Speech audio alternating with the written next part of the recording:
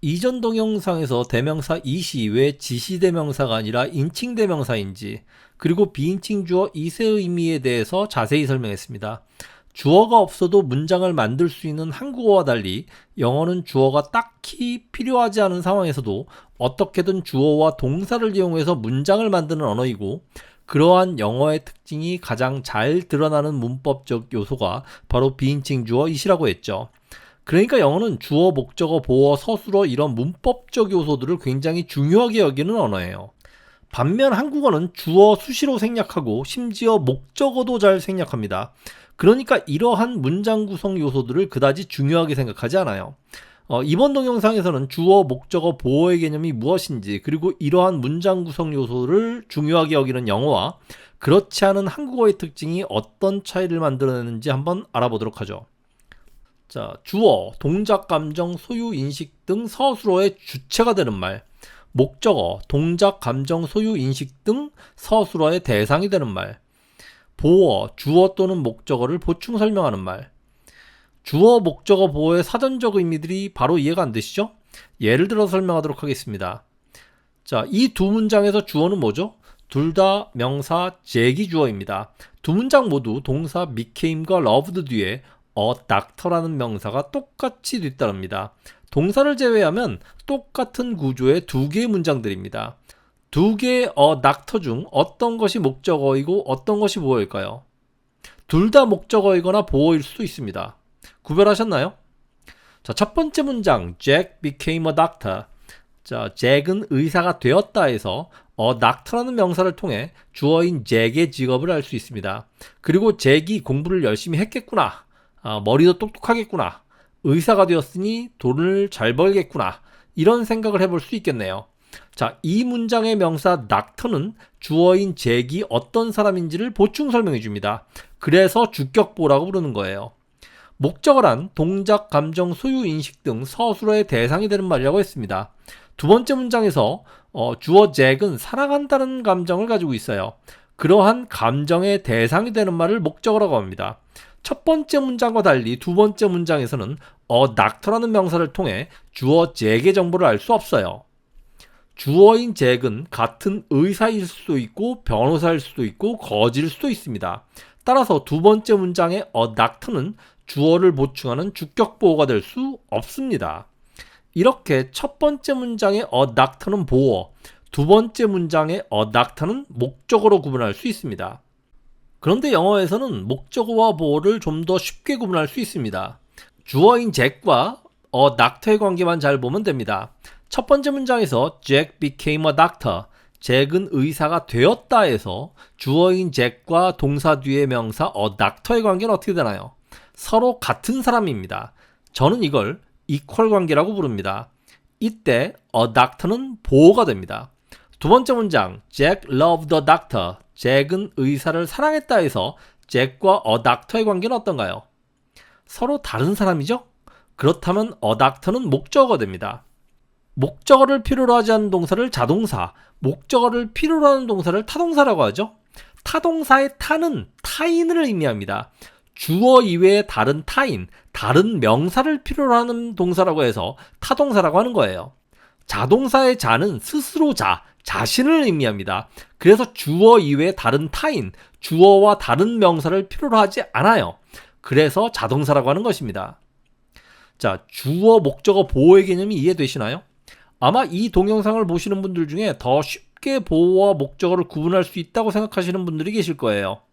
혹시 한국어로 을를로 해석되는 것이 목적어, 이가로 해석되는 것이 보어, 이렇게 목적어와 보어를 파악하시는 분들이 계시나요? 그러면 목적어는 를 붙이는 게 목적어잖아. 주어에는 은, 는, 이, 가를 붙이고 목적어에는 르를 붙인다. 한국어의 학교나 학원에서 목적어와 보어의 개념을 보통 이렇게 설명하곤 하죠. 을를로 해석되는 것이 목적어, 이가로 해석되는 것이 보어.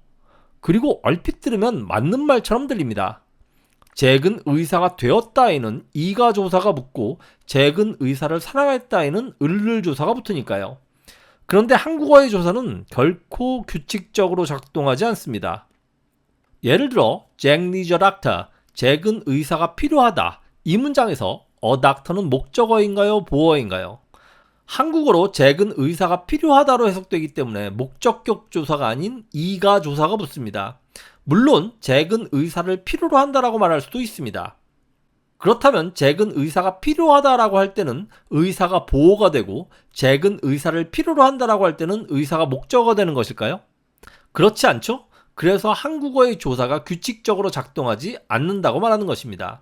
다른 예를 한번 들어보죠. 한국어로 나는 수지를 좋아해요 라고 할 수도 있고 나는 수지가 좋아요 라고 할 수도 있습니다.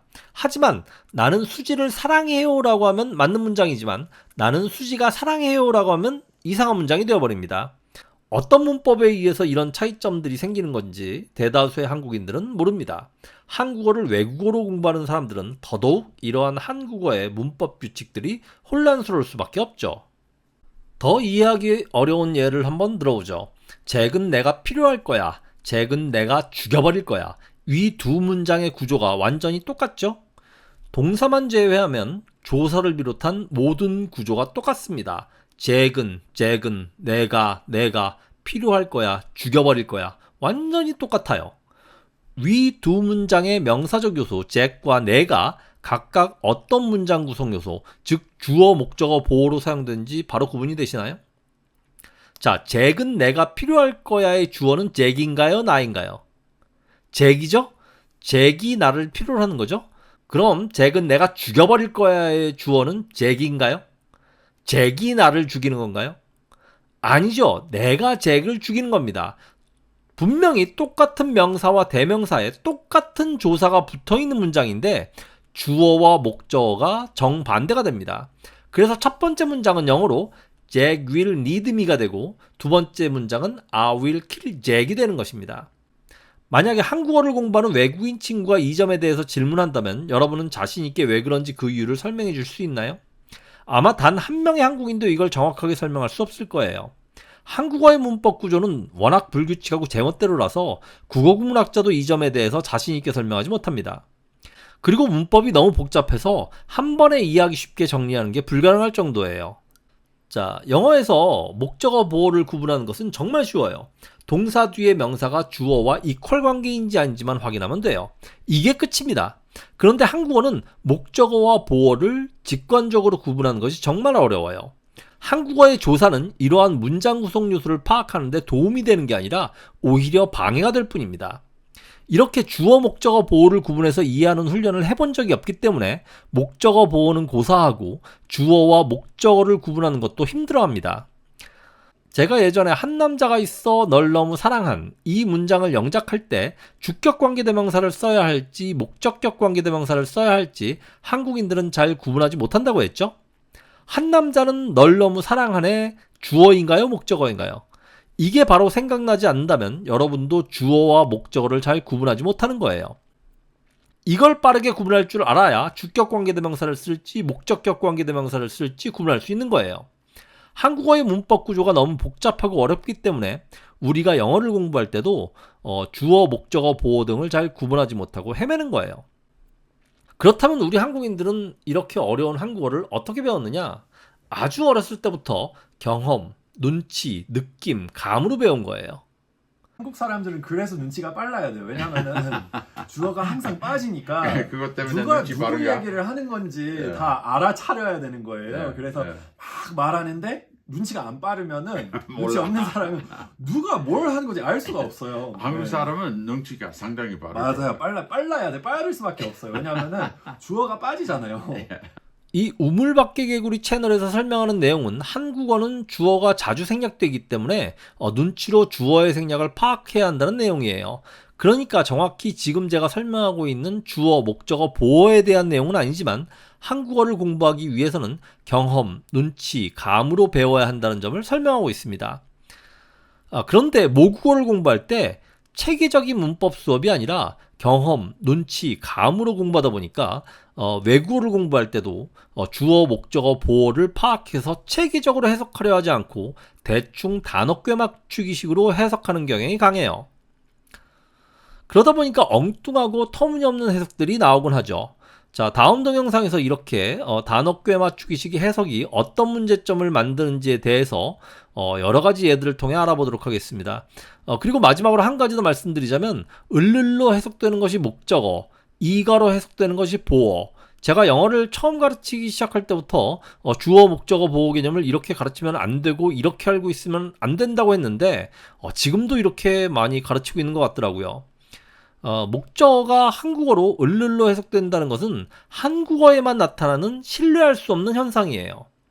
이게 무슨 말이냐면 개념이라는 것은 한국어로 설명하든 영어로 설명하든 일본어로 설명하든 다 이해될 수 있어야 하는 것이라는 거예요.